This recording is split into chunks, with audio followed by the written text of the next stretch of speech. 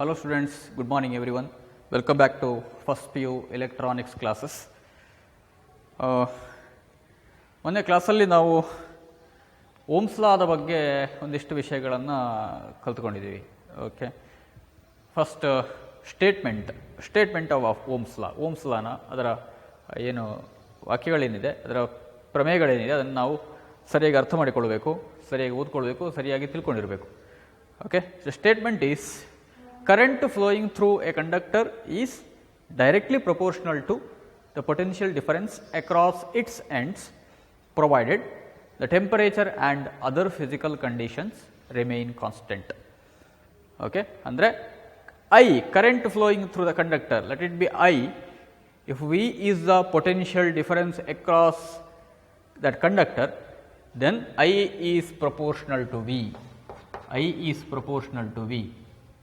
Okay, now V is proportional to I, so finally we got the equation Y, V is equal to I into R, and we can get the three forms in this equation. This is the first form to calculate current, to calculate voltage if we have the value of current and resistance. The second one is the current I, that is V divided by R, and third form is to calculate R, that is V divided by I. These are the three forms of Ohm's law. And under different circumstances we can calculate different electrical parameters. So here V, I are the three electrical parameters andre electrical voltage, electrical current, electric resistance. ಇದು ಏನು ಅಂತೇಳಿ individual ಆಗಿ ನಾವು one by one step by step ನೋಡ್ತಾ ಬಂದಿದ್ದೇವೆ. ಹಾಗಾಗಿ ಬೇರೆ ಬೇರೆ ಟೈಮಲ್ಲಿ ನಾವು ಇದನ್ನು ಯೂಸ್ ಮಾಡಿಕೊಳ್ಬೇಕಾಗ್ತದೆ ಸರ್ಕ್ಯೂಟ್ ಅನಾಲಿಸಿಸ್ ಟೈಮಲ್ಲಿ. Okay, and there are some limitations also while applying Ohm's law. If I list the few points, first point is it is not applicable under a condition where physical conditions are continuously changing. Okay, dimensional, ಅದರ dimension change ಆದರೆ ಆಗೋದಿಲ್ಲ, ಆಮೇಲೆ ಅದರ external factors change ಆದರೆ ಆಗೋದಿಲ್ಲ ಒಂದು. Second one is it is not applicable under extreme low and extreme high temperature values. ಅಂದರೆ ತುಂಬ ಕಡಿಮೆ ಟೆಂಪರೇಚರಲ್ಲಿ ಆಮೇಲೆ ತುಂಬ ವೆರಿ ಹೈ ಟೆಂಪರೇಚರ್ ಕಂಡೀಷನಲ್ಲಿ ಓಮ್ಸ್ ಲಾವನ್ನು ಅಪ್ಲೈ ಮಾಡಲಿಕ್ಕೆ ಆಗೋದಿಲ್ಲ. Third one, it is not applicable for semiconductor ಡಿವೈಸಸ್ಸಿಗೆ ನಾವು ಇದನ್ನು ಅಪ್ಲೈ ಮಾಡಲಿಕ್ಕೆ ಆಗೋದಿಲ್ಲ. And fourth one, it is not applicable for arcing devices. Okay, this is also a very important question which may ask in your class tests or in final examination, even in final examination also. Okay,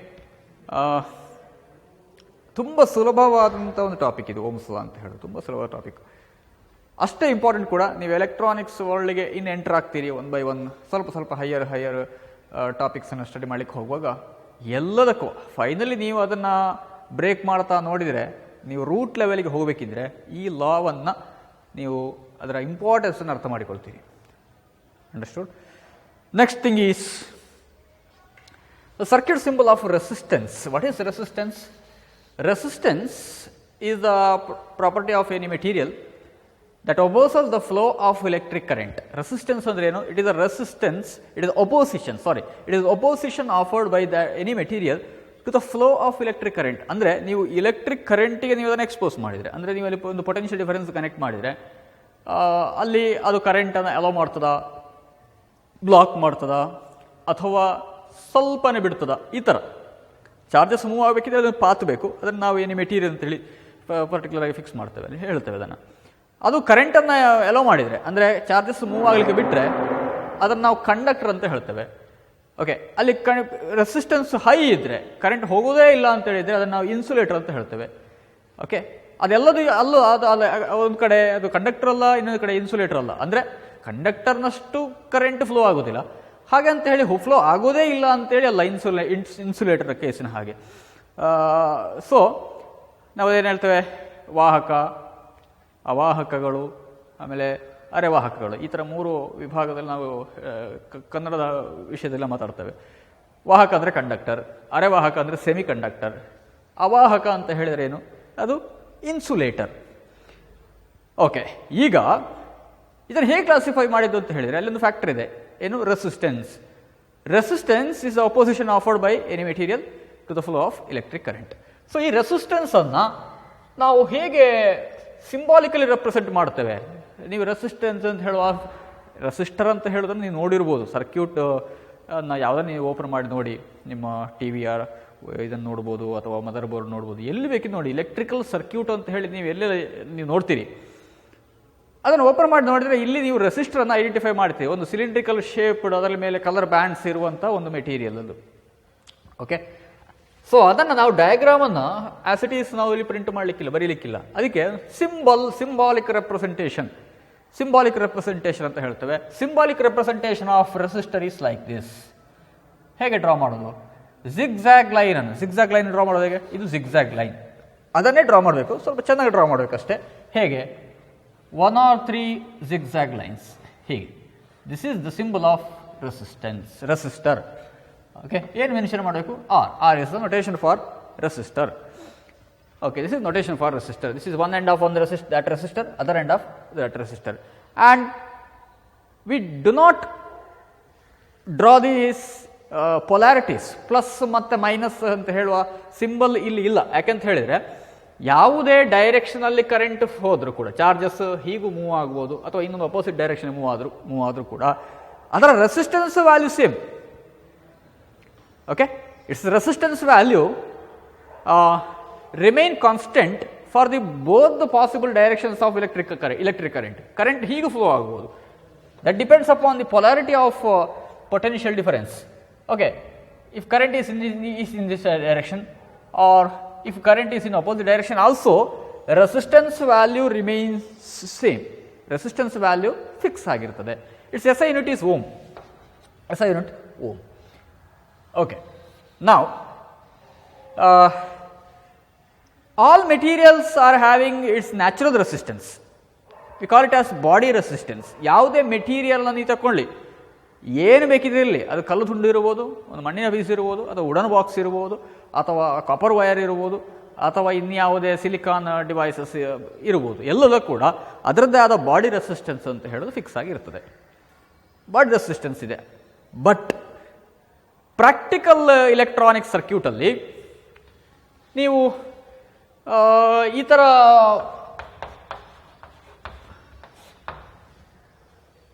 ಯಾವುದೇ ರೀತಿಯ fixed ವ್ಯಾಲ್ಯೂವನ್ನು, ಅದರಲ್ಲಿ ಇರುವಂಥ natural resistance ಇಟ್ಕೊಂಡು ಯಾವುದೇ circuit ನಾವು build up ಮಾಡಲಿಕ್ಕೆ ಆಗೋದಿಲ್ಲ. ಯಾಕಂದರೆ we want some fixed value of resistance. Okay, ಯಾಕೆ ಫಿಕ್ಸ್ಡ್ ವ್ಯಾಲ್ಯೂ ಆಫ್ ರೆಸಿಸ್ಟೆನ್ಸ್ ಬೇಕು ಅಂತ ಹೇಳಿದರೆ, to control voltage and current. Okay, ವೋಲ್ಟೇಜನ್ನು ಕಂಟ್ರೋಲ್ ಮಾಡಲಿಕ್ಕೆ ಅಥವಾ ಕರೆಂಟನ್ನು ಕಂಟ್ರೋಲ್ ಮಾಡಲಿಕ್ಕೆ ನಿಮಗೆ ಅದರಲ್ಲಿ ಇದ್ದದ ವ್ಯಾಲ್ಯೂನ ಮಾತ್ರ ನಾವು ತಗೊಳ್ಳೋದಲ್ಲ. ಅದಕ್ಕೋಸ್ಕರ ನಾವು ಫಿಕ್ಸ್ಡ್ ವ್ಯಾಲ್ಯೂ ಆಫ್ ರೆಸಿಸ್ಟೆನ್ಸನ್ನು ನಾವು ಜನರೇಟ್ ಮಾಡ್ತೇವೆ, ಅಂದರೆ ಮ್ಯಾನುಫ್ಯಾಕ್ಚರ್ ಮಾಡ್ತೇವೆ. ಓಕೆ, ನೀವು ನೋಡಿರ್ಬೋದು ಈ ರೆಸಿಸ್ಟರ್ ಅದನ್ನು, ಅದಕ್ಕೆಲ್ಲ ಫಿಕ್ಸ್ಡ್ ವ್ಯಾಲ್ಯೂಸ್ ಇದೆ. ಹೇಗೆ ಆ ವ್ಯಾಲ್ಯೂಸನ್ನು ಮೆನ್ಷನ್ ಮಾಡ್ತಾರೆ ಅಂತ ಹೇಳಿದರೆ, 1 ಓಮ್, 10 ಓಮ್, 100 ಓಮ್, ಆಮೇಲೆ ಇದಕ್ಕೆ 1 kilo ohm, 10 kilo ohm, 100 kilo ohm, ಈ ಥರ ಡಿಸ್ಕ್ರೀಟ್ ವ್ಯಾಲ್ಯೂಸಲ್ಲಿ ಮಲ್ಟಿಪಲ್ಸಲ್ಲಿ ಅದನ್ನು ಮ್ಯಾನುಫ್ಯಾಕ್ಚರ್ ಮಾಡ್ತಾರೆ. ಹಾಗೆ 2.2 ಓಮ್ ಇದೆ, 22 ಓಮ್ ಇದೆ, 220 ಓಮ್ ಇದೆ, ಆಮೇಲೆ 2.2K ಇದೆ, 222 ಕಿಲೋ ಓಮ್ ಇದೆ, 220 ಕಿಲೋ ಓಮ್ ಇದೆ. ಈ ಥರ ಇದೆಲ್ಲ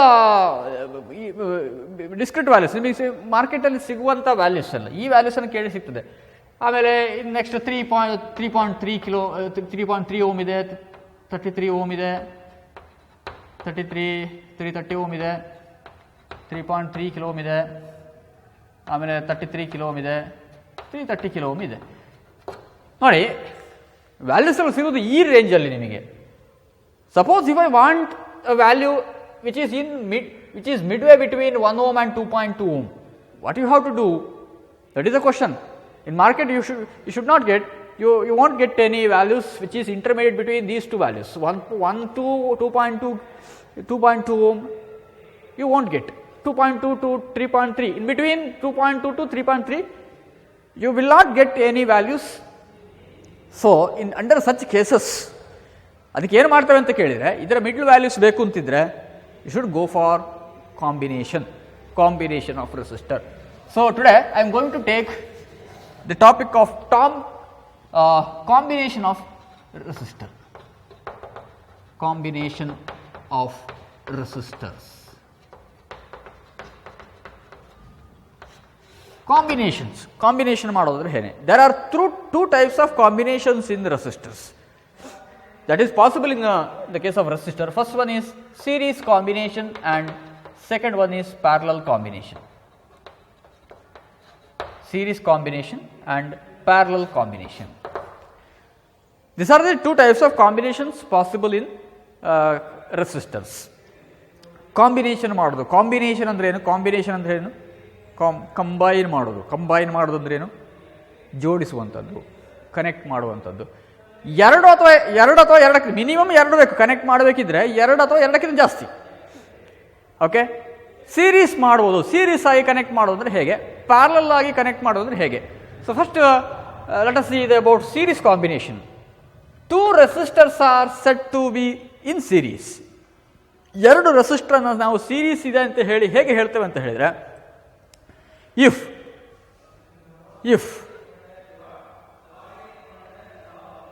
one end of one resistor is connected with one end of other resistor. Series combination ಅಂದ್ರೆ ಹೇಗೆ ಅಂತ ಹೇಳಿದ್ರೆ, ಎರಡು ರೆಸಿಸ್ಟರ್ ಅನ್ನು ನಾವು ತಗೊಳ್ಳುವಂಥದ್ದು, ಇನ್ನೊಂದು ರೆಸಿಸ್ಟರ್ ಅನ್ನು ಈ ತರ ತಗೊಳ್ಳೋದು. Okay, if this is resistance R1 and second resistor has resistance value of R2. If these two resistors are said to be in series,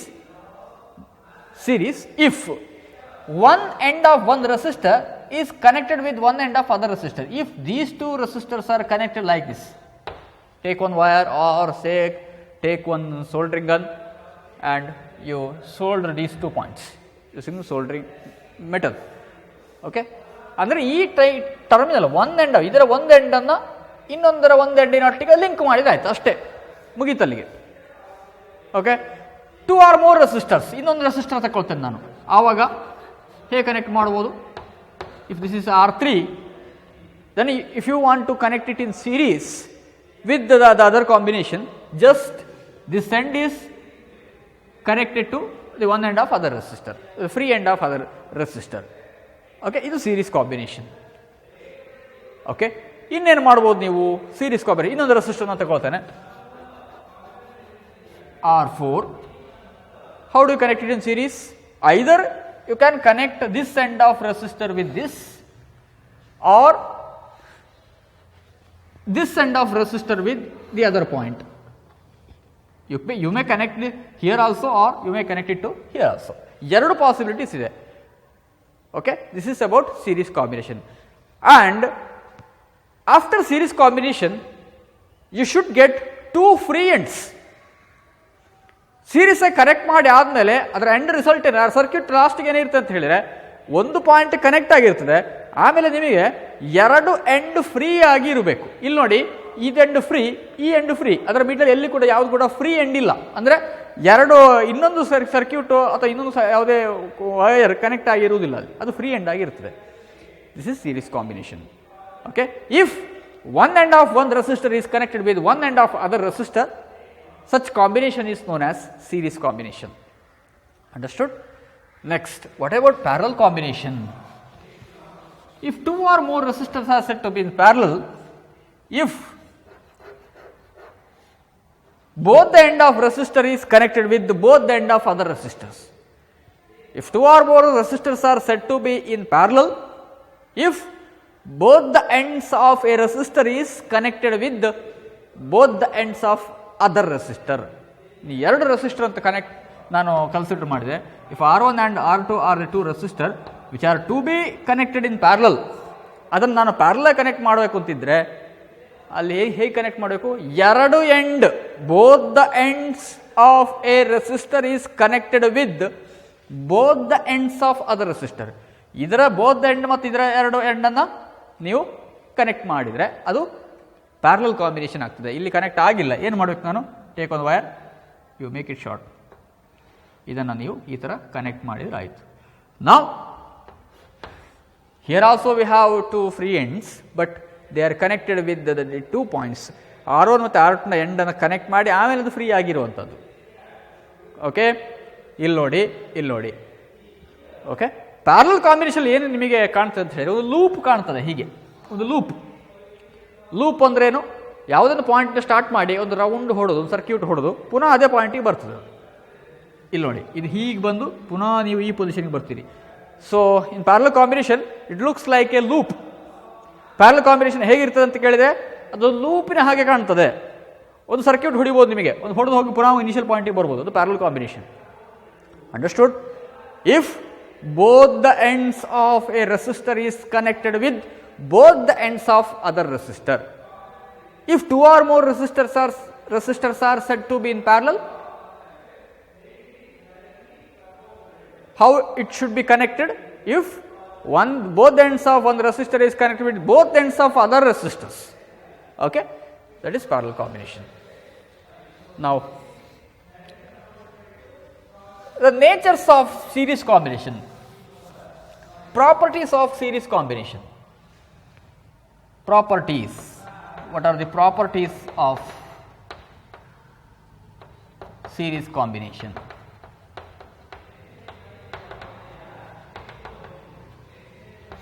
series combination ಅನ್ನು ಕನೆಕ್ಟ್ ಮಾಡಿದರೆ ನಿಮಗೆ ಏನೆಲ್ಲ ಅದರಲ್ಲಿ ವೋಲ್ಟೇಜ್ ಏನಾಗ್ತದೆ, ಕರೆಂಟ್ ಪ್ರಾಪರ್ಟೀಸ್ ಅಂದರೆ ಅಷ್ಟೇ. ವೋಲ್ಟೇಜ್ ಏನಾಗ್ತದೆ, current ಏನಾಗ್ತದೆ ಅಂತೇಳಿ. Consider two resistors connected in series. Okay, if R1 and R2 are the two resistors which are connected in series. Okay, then if I connect a battery of potential difference V volts with the polarity plus and minus across this circuit, across this combination, R1 ಮತ್ತು R2 ಅನ್ನು ನಾನು series ಆಗಿ connect ಮಾಡಿದ್ದೇನೆ. ಆಮೇಲೆ ಆ series ಕಾಂಬಿನೇಷನ್ನ across, ಆ series ಕಾಂಬಿನೇಷನ್ಗೆ ಅದರ ಒಂದು ಫ್ರೀ ಎಂಡಿಗೆ ಪಾಸಿಟಿವ್ ಆಫ್ ದಿ ಬ್ಯಾಟರಿಯನ್ನು ಕನೆಕ್ಟ್ ಮಾಡ್ತೇನೆ, ಇನ್ನೊಂದು ಫ್ರೀ ಎಂಡಿಗೆ ನೆಗೆಟಿವ್ ಆಫ್ ದ ಬ್ಯಾಟರಿಯನ್ನು ಕನೆಕ್ಟ್ ಮಾಡ್ತೇನೆ ತಿಳ್ಕೊಳ್ಳಿ ನೀವು.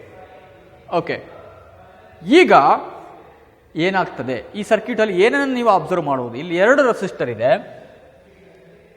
ರೆಸಿಸ್ಟರ್ ಇದೆ, ಒಂದು ಪೊಟೆನ್ಷಿಯಲ್ ಡಿಫರೆನ್ಸ್ ಇದೆ. Okay, now there exists some current. That is the first observation what you are look at this in this circuit.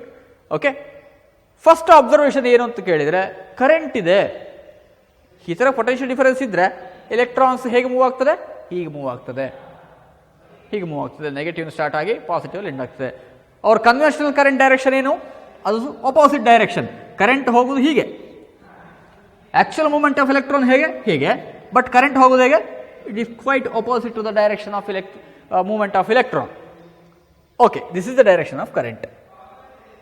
Okay, and we can see two voltages here. One is voltage drop across R1, voltage drop across R2. Let V1 and V2 be the two voltages, potential differences across R1 and R2.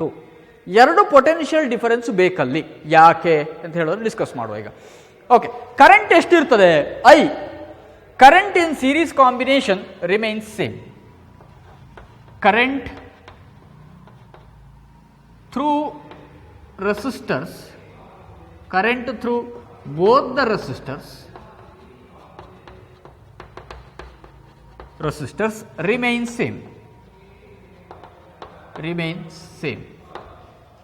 Current ಎಷ್ಟಿರ್ತದೆ ಅಂತ ಕೇಳಿದರೆ, current ಇಲ್ಲಿ flow ಆಗೋ current same, ಅದೇ current ಇಲ್ಲೂ flow ಆಗ್ತದೆ. ನೀವು ಈ ಚೆಕ್ ಮಾಡಿ, ಇಲ್ಲಿ ಕೂಡ ಕರೆಂಟ್ ಚೆಕ್ ಮಾಡಿ, ಕರೆಂಟ್ ಸೇಮ್.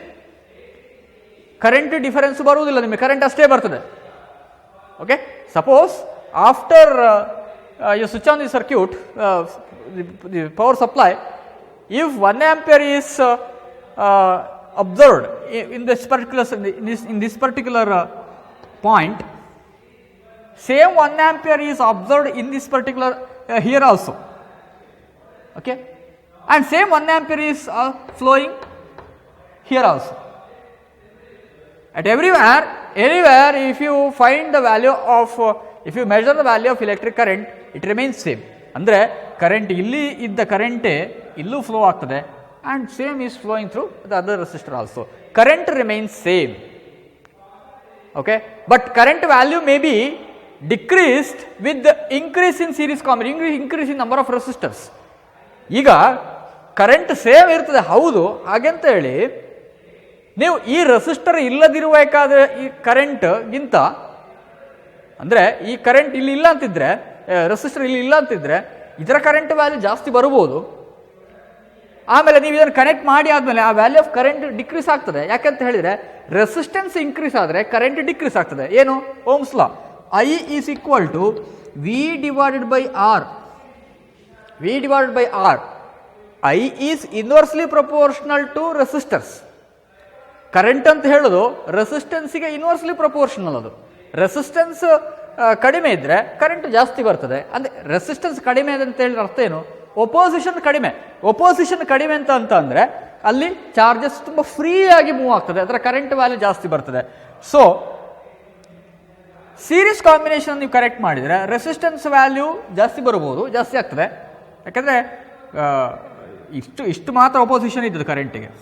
ನೀವು ಇದನ್ನು ಸೇರಿಸಿಕೊಂಡ್ರೆ ಏನು ಪಾತ್ ಏನಿದೆ ಇನ್ನಷ್ಟು ರೆಸಿಸ್ಟಿವ್ ಆಗ್ತದೆ.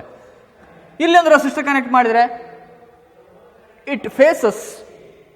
It acquires few more resistance to the flow, so its resistance increases. Obviously the current value is decreased, that much of current value is decreased, but it remains constant throughout the circuit. That is the first property. Second one, current value same, voltage divides. Voltage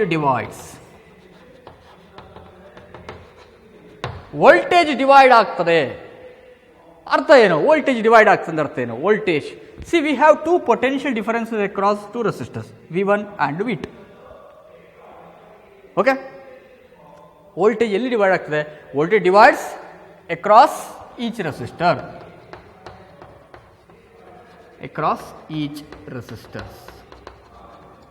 voltage divide ಆಗ್ತದೆ. ಹೇಗೆ divide ಆಗ್ತದೆ ಅಂತ ಹೇಳಿದ್ರೆ, the applied potential difference, this is applied potential difference. ಇಲ್ಲಿ ಒಟ್ಟಾಗಿ ಇಷ್ಟು potential difference ಕೊಟ್ಟಿದ್ದೇವೆ ನಾವು.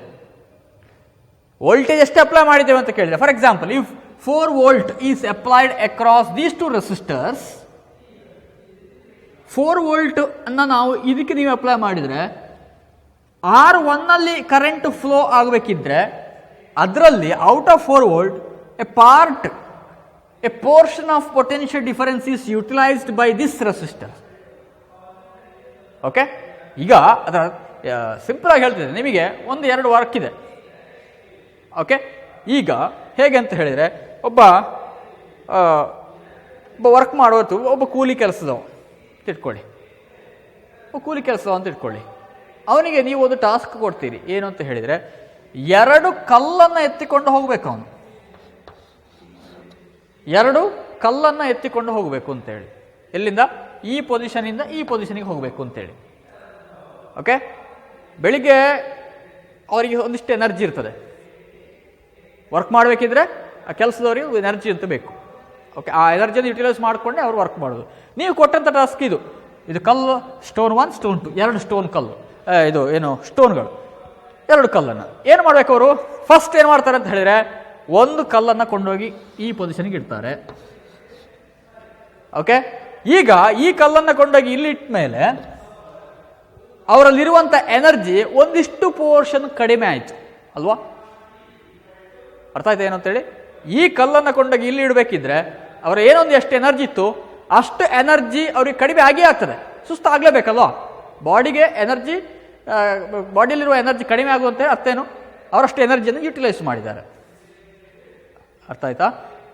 ಓಕೆ, ಇನ್ನು ಅವರಲ್ಲಿ ಉಳಿದಿರುವಂಥ ಎನರ್ಜಿ ಎಷ್ಟು ಅಂತ ಕೇಳಿದರೆ, ಈ ಕಲ್ಲನ್ನು ಕೊಂಡೋಗುವಷ್ಟು ಎನರ್ಜಿನ ಉಳಿಸಿಕೊಂಡಿರ್ತಾರೆ ಅವರು. ಅವರ ಟೋಟಲ್ ಎನರ್ಜಿಯಲ್ಲಿ ಸ್ವಲ್ಪ ರೆಡ್ಯೂಸ್ ಆದರೂ ಕೂಡ ಆ ಉಳಿದ ಎನರ್ಜಿಯನ್ನು ಯೂಸ್ ಮಾಡಿಕೊಂಡು ಈ ಸೆಕೆಂಡ್ ಕಲ್ಲನ್ನು ಕೂಡ ಇಲ್ಲಿ ಕೊಂಡೋಗಿ ಇಡ್ತಾರೆ. ಓಕೆ, ಸೊ ಅವರಲ್ಲಿರುವಂಥ ಅಷ್ಟು ಎನರ್ಜಿ ಕೂಡ ಅಲ್ಲಿ ಯುಟಿಲೈಸ್ ಆಗಿ ಹೋಯಿತು. ನೀವು ಕೊಟ್ಟಿರುವಂಥ ಟಾಸ್ಕ್ ಇಷ್ಟೇ, 2 ಕಲ್ಲಿದೆ, ಅದನ್ನು ಈ ಪಾಯಿಂಟಿನಿಂದ ಪಾಯಿಂಟಿಗೆ ಕೊಂಡೋಗಿ ಇಡಿ ಅಂತ ಹೇಳಿರ್ತೀರಿ. ಓಕೆ, ಫಸ್ಟ್ ಕಲ್ಲನ್ನು ಕೊಂಡೋಗಿ ಅಲ್ಲಿ ಇಡಬೇಕಿದ್ರೆ ಅವರಲ್ಲಿ ಅಷ್ಟು ಎನರ್ಜಿ ಹೋಯಿತು. ಓಕೆ, ಸೊ ಅದೇ ಕಾನ್ಸೆಪ್ಟ್ ಇಲ್ಲಿ ನೀವು 4 ವೋಲ್ಟ್ ಅಪ್ಲೈ ಮಾಡಿದರೆ, ಈ 4 ವೋಲ್ಟಲ್ಲಿ ಒಂದು ಪಾರ್ಟ್ ಇಲ್ಲಿ ಯುಟಿಲೈಸ್ ಆಗ್ತದೆ. Suppose if that voltage is 2 volt, ಇದರಲ್ಲಿ 2 ವೋಲ್ಟ್ ಇಲ್ಲಿ ಯುಟಿಲೈಸ್ ಆದರೆ ಯಾಕೆ ಯುಟಿಲೈಸ್ ಆಗಬೇಕು? ಇದು ಆ್ಯಕ್ಚುಲಿ ಎನರ್ಜಿ. ಇದು ಇಲ್ಲಿ ಬರುವಂಥದ್ದೇನು ಎನರ್ಜಿ 4 ವೋಲ್ಟ್ ಅಂತ ಹೇಳಿದರೆ actually what is the meaning of potential difference? Amount of work done in bringing A charge from unit charge from one point another. ಇಲ್ಲಿಂದ ಇಲ್ಲಿ ಕೊಂಡೋಗ್ಬೇಕಿದ್ರೆ ಎಷ್ಟು ಎನರ್ಜಿ ಬೇಕೋ ಅದರ potential difference. So if 2 volt is the voltage drop across V1, that means it utilizes 2 joules of work done to bring 1 coulomb of charge from here to here. 1 coulomb charge ಇಲ್ಲಿ flow ಆಗಬೇಕಂತಂದ್ರೆ 2 volt ಅನ್ನು utilise ಮಾಡ್ತದೆ. 2 joules of work is done. ಅಂದರೆ ಇದರ polarity ಹೇಗೆ ಬರ್ತದೆ ಅಂತ ಹೇಳಿದರೆ this is positive, this is negative. ಅರ್ಥ ಆಯ್ತಾ ಏನು ಅಂತೇಳಿ? 4 ವೋಲ್ಟಲ್ಲಿ ಇದರ ಪೊಲಾರಿಟಿ ಹೀಗೆ ಬರ್ತದೆ. ಅಂದರೆ ಚಾರ್ಜಸ್ ಹೀಗೆ ಮೂವ್ ಆಗಬೇಕಿದ್ರೆ ಇಲ್ಲಿ ಬರುವಂಥ ಪಾಸಿಟಿವ್ ಚಾರ್ಜ್, ಹಾಗಾಗಿ ಇಲ್ಲಿ ನೆಗೆಟಿವ್ ಪೊಟೆನ್ಷಿಯಲ್ ಡೆವಲಪ್ ಆಗ್ತದೆ, ಇದನ್ನು ಅಟ್ರಾಕ್ಟ್ ಆಗ್ತದೆ. ಓಕೆ, ಸೊ ಕರೆಂಟ್ ಇಲ್ಲಿಂದ ಇಲ್ಲಿಗೆ ಮೂವ್ ಆಗಬೇಕಿದ್ರೆ V1 is the energy required. So it utilizes V1 volts out of V. Now remaining energy is utilized by this resistor. So V2 is the voltage drop across resistor R2. Voltage drop ಅಂದ್ರೆ ಏನು? ಅಷ್ಟು voltage ಕಡಿಮೆ ಆಯಿತು. ಎಷ್ಟು voltage ಬೇಕು ಅಂತ ಹೇಳಿದ್ರೆ 2 volt, ಅದು V1 volt. Okay, 4 ವೋಲ್ಟಲ್ಲಿ V1 is the voltage drop across R1. V1 ಅಂತ ಹೇಳೋದು ಇದರಲ್ಲಿ ಬರುವಂಥ ಡ್ರಾಪ್, ಅಂದರೆ R1ನಲ್ಲಿ ಯುಟಿಲೈಸ್ ಆಗಬೇಕಾದ ಎನರ್ಜಿ ಅದು. R1ನಲ್ಲಿ ರೆಸಿಸ್ಟರ್ R1ನಲ್ಲಿ ಅಷ್ಟು ಎನರ್ಜಿ ಬೇಕು, ಹಾಗಾಗಿ ವೋಲ್ಟೇಜ್ ಕಡಿಮೆ ಆಗೋದು ಇಲ್ಲಿ. ಇನ್ನು ಉಳಿದ ವೋಲ್ಟೇಜ್ ಎಲ್ಲಿ ಬರ್ತದೆ ಹೇಳಿದ್ರೆ ಇಲ್ಲಿ V2. ಅಂದರೆ ಫಸ್ಟ್ ಕಲ್ಲನ್ನು ಕೊಂಡಾಗಿ ಇನ್ನೊಂದು ಪೊಸಿಷನ್ ಇಡಬೇಕಿದ್ರೆ ಏನು ಎನರ್ಜಿ ಲಾಸ್ ಆಯಿತು ಆ ಕೆಲಸದವ್ರ ಹತ್ರ, ಅದೇ ಎನರ್ಜಿ ಇಲ್ಲಿ ಕೂಡ ಹಾಗೆ ಆಗ್ತದೆ. ಇದು ಇಲ್ಲಿ ಬ್ಯಾಟ್ರಿಯಲ್ಲಿ ಬಂದಂಥ ಎನರ್ಜಿ ಇಲ್ಲಿಂದ ಇಲ್ಲಿ ಹೋಗಬೇಕಿದ್ರೆ ಅಷ್ಟು ರೆಡ್ಯೂಸ್ ಆಯಿತು. ಹಾಗೆ voltage drop across R1, voltage drop across R2, that is V2.